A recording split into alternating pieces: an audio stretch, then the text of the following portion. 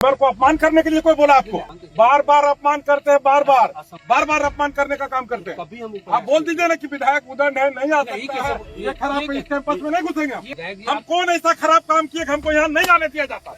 कुछ लोग राम कहलाना चाहते हैं, लेकिन उनकी भूमिका धृतराष्ट्र जैसी दिखाई देती। छोटे भाई को बड़ा पहले मानना पड़ेगा। मतलब अगर छोटा भाई उद्दंड हो, उद्दंडता करेगा और बड़ा भाई जाकर के पैर हाथ पड़ करके उसको बनाएगा, ऐसा राम हम नहीं है। हो क्या रहा है झारखंड की राजनीति में? हजारीबाग की जनता के हित के लिए मुझे उदंडता करना पड़ेगा तो मैं 1000 बार उदंडता करूंगा। उनका आचरण धृतराष्ट्र का हो चुका है। धृतराष्ट्र, आप लोग महाभारत देखे होंगे ना, तो धृतराष्ट्र जो थे कुछ नहीं सुनते थे।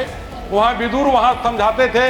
मैं सिर्फ एक ही चीज कहूंगा कि मेरे हाथ में गीता है और मैं गीता के हाथ में रख के कसम खाता हूँ, जो कहूंगा सच कहूंगा, सच के सिवा कुछ नहीं कहूंगा।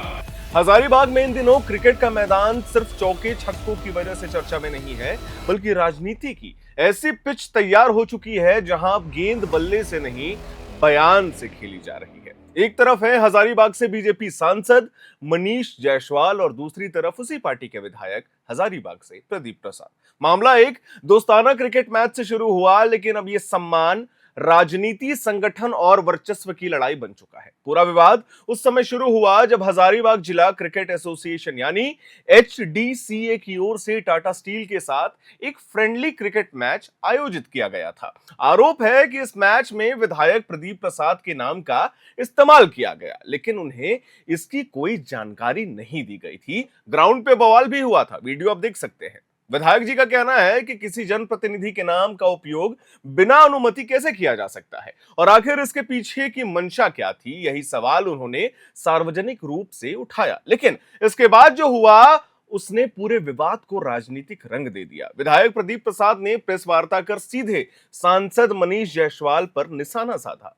पार्टी एक है भारतीय जनता पार्टी, हालांकि उन्होंने नाम कम लिया, लेकिन इशारे इतने स्पष्ट थे कि संदेश साफ समझ आ रहे थे। उन्होंने कहा कि कुछ लोग राम कहलाना चाहते हैं, लेकिन उनकी भूमिका धृतराष्ट्र जैसी दिखाई देती है। यह बयान अब पूरे झारखंड की राजनीति में चर्चा का विषय बन चुका है, क्योंकि यह सिर्फ एक राजनीतिक हमला नहीं था, बल्कि महाभारत और रामायण के प्रतीकों के जरिए चरित्र और नेतृत्व पर सवाल खड़ा करने की कोशिश थी। प्रदीप प्रसाद ने आगे कहा कि अगर हजारीबाग में विकास, खिलाड़ियों के सम्मान और जनता के अधिकारों की रक्षा के लिए उन्हें उदंड कहा जाता है, तो वो उदंड हैं। 1000 बार ऐसी उदंडता करने के लिए प्रदीप प्रसाद तैयार है। उन्होंने ये बाकायदा बयान दिया, यानी विधायक साफ संकेत दे रहे हैं कि वो पीछे हटने वाले नहीं हैं। उनका कहना है कि जनता की आवाज उठाना अपराध नहीं हो सकता, खेल व्यवस्था में पारदर्शिता की मांग करना गलत नहीं हो सकता, और अगर कोई जनप्रतिनिधि अपने सम्मान की रक्षा की बात करे तो उसे अहंकार नहीं कहा जाना चाहिए। इस पूरे मामले में सबसे बड़ा सवाल HDCA की कार्यशैली को लेकर उठाया गया।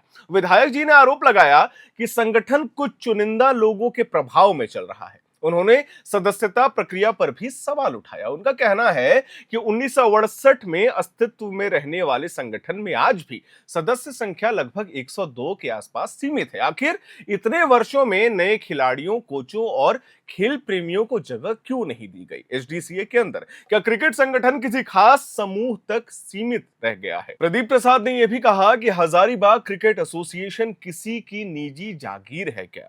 स्टेडियम किसी एक व्यक्ति का संपत्ति है क्या? बल्कि हजारीबाग की जनता की वो धरोहर मानी जानी चाहिए। यह बयान इसीलिए भी महत्वपूर्ण माना जा रहा है क्योंकि सांसद मनीष जायसवाल HDCA के अध्यक्ष भी हैं। ऐसे में विधायक का हमला सीधे संगठन की संरचना और नेतृत्व पर माना जा रहा है। दरअसल हजारीबाग का स्वर्गीय संजय सिंह क्रिकेट स्टेडियम पिछले कुछ वर्षों में लगातार चर्चा में रहा है। हाल ही में BCCI की टीम ने भी यहां का निरीक्षण किया था और स्टेडियम को भविष्य में बड़े मैचों के लिए संभावित स्थल के रूप में देखा गया। ऐसे समय में यह विवाद सामने आना कहीं ना कहीं उस छवि को भी प्रभावित करता हुआ दिखाई दे रहा है, जिसे बनाने की कोशिश लंबे समय से हजारीबाग की जनता कर रही थी। हम आपको बता दें, टाइम्स ऑफ इंडिया की रिपोर्ट्स के अनुसार विधायक प्रदीप प्रसाद मैच के दौरान मैदान में पहुंचे थे और उन्होंने यह आरोप लगाया कि उन्हें जानबूझकर नजरअंदाज किया जा रहा है।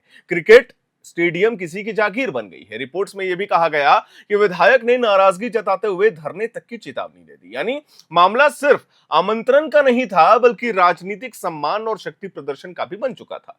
प्रेस वार्ता में प्रदीप प्रसाद ने यह भी दावा किया कि जब उन्होंने सवाल उठाए तो एचडीसीए के सचिव, कार्यकारी अध्यक्ष और अन्य सदस्य स्वयं उनके पास आए और अपनी गलती स्वीकार की। लेकिन उसके तुरंत बाद सांसद की ओर से प्रेस वार्ता होना विधायक को खटक गया, यानी प्रदीप प्रसाद को खटक गया। उन्होंने कहा कि उनका विरोध सिर्फ सचिव की कार्यशैली को लेकर के था, लेकिन सांसद खुद बचाव में उतर आए, मैदान में उतर आए।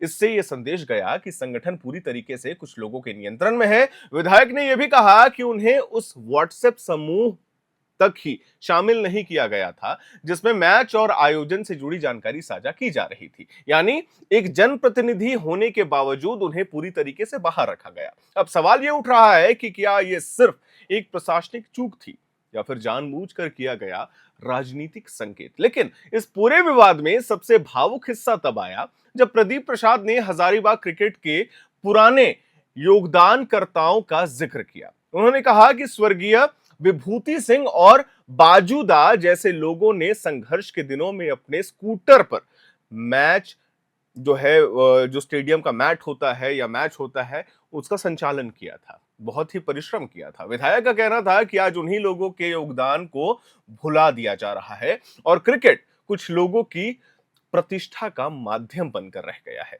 उन्होंने यह भी कहा कि अगर उनमें खेल भावना की कमी होती तो वो किसी भी हाल में मैच नहीं होने देते, लेकिन उन्होंने ऐसा नहीं किया क्योंकि उनका जो मकसद था वो खेल को रोकना नहीं था बल्कि व्यवस्था पर सवाल उठाना था। इसी दौरान प्रदीप प्रसाद ने खुद को लक्ष्मण बताते हुए कहा कि वे पहले भी लक्ष्मण थे, आज भी हैं और आगे भी रहेंगे। यानी वे खुद को उस व्यक्ति के रूप में पेश कर रहे हैं जो मर्यादा के साथ खड़ा है, लेकिन जरूरत पड़ने पर सवाल पूछने से पीछे नहीं हटेगा। अब इस पूरे मामले में भाजपा के अंदरूनी समीकरणों पर भी सवाल खड़े कर दिए हैं, क्योंकि कभी यही प्रदीप प्रसाद सांसद मनीष जायसवाल के समर्थन में जनसंपर्क अभियान चलाया करते थे, लेकिन अब दोनों नेताओं के बीच खुला टकराव साफ साफ देखा जा सकता है। सवाल ये कि क्या ये सिर्फ क्रिकेट विवाद है या फिर आने वाले राजनीतिक समीकरण की शुरुआत है। भारतीय राजनीति में खेल संस्थाओं पर नियंत्रण हमेशा शक्ति का प्रतीक माना जाता है, चाहे देश की बड़ी क्रिकेट संस्थाएं हो या जिला स्तर के संगठन हो। यहां सिर्फ खेल नहीं, प्रभाव भी चलता है। कई बार ऐसे विवाद दूसरे राज्यों में भी देखने को मिले हैं जहां क्रिकेट संगठन राजनीति का अखाड़ा बन गया हो। हजारीबाग का मामला भी अब उसी दिशा में बढ़ता हुआ दिखाई दे रहा है। सबसे बड़ा सवाल यह है कि आखिर नुकसान किसका हो रहा है। सबसे बड़ा सवाल नेताओं का शायद नहीं, क्योंकि राजनीति में बयानबाजी चलती रहती है, लेकिन खिलाड़ी जरूर परेशान होते हैं। युवा क्रिकेटर जो मैदान पर मौका तलाश रहे हैं, उनके सामने अब संगठन की लड़ाई सुर्खियों में है। जिस स्टेडियम को बीसीसीआई स्तर तक ले जाने की बात हो रही थी, वहां अब राजनीतिक आरोप प्रत्यारोप चर्चा में है।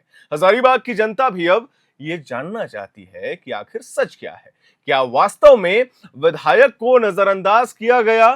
क्या एचडीसीए में पारदर्शिता की कमी है? क्या क्रिकेट संगठन कुछ लोगों तक सीमित हो गया है या फिर ये सब राजनीतिक दबाव बनाने की रणनीति है? इन सवालों के जवाब आने वाले दिनों में शायद हम सबको मिल जाएंगे, लेकिन फिलहाल इतना तो साफ है कि हजारीबाग में क्रिकेट अब सिर्फ खेल नहीं रहा। यह विवाद अब सम्मान, प्रभाव और राजनीतिक संकेत की दिशा में जाता हुआ दिखाई दे रहा है। एक तरफ सांसद मनीष जायसवाल, जिन पर स्टेडियम और क्रिकेट विकास का श्रेय लेने का आरोप लगाया जा रहा है, वहीं दूसरी तरफ हजारीबाग से बीजेपी विधायक प्रदीप प्रसाद हैं, जो खुद को खिलाड़ियों और जनता की आवाज बताकर मैदान में उतर चुके हैं। और सबसे दिलचस्प बात यह है कि दोनों एक ही राजनीतिक दल से आते हैं, एक विधायक जी, एक सांसद जी। अब देखना यह होगा कि भाजपा नेतृत्व इस विवाद पर क्या रुख अपनाती है। क्या दोनों नेताओं के बीच सुलह होगी? क्या एचडीसीए की कार्यशैली पर सवालों का जवाब दिया जाएगा या फिर यह विवाद आने वाले दिनों में और बड़ा राजनीतिक संघर्ष बन जाएगा? फिलहाल हजारीबाग में क्रिकेट की गेंद और राजनीति के पाले में जाकर गिर चुकी है और इस मैच का परिणाम सिर्फ स्कोरबोर्ड से तय नहीं होगा। बाकी आने वाले समय में इस मामले को लेकर के क्या अपडेट्स आएगा, ये अपने चैनल के माध्यम से अपने दर्शकों को हम जरूर देंगे। वीडियो को लाइक करें, शेयर करें, हमारे चैनल को सब्सक्राइब करें। कैमरे के पीछे मौजूद है मेरे सहयोगी अभिषेक मुकुंद, मेरा नाम है हर्षित और आप देख रहे हैं एयर नाउ।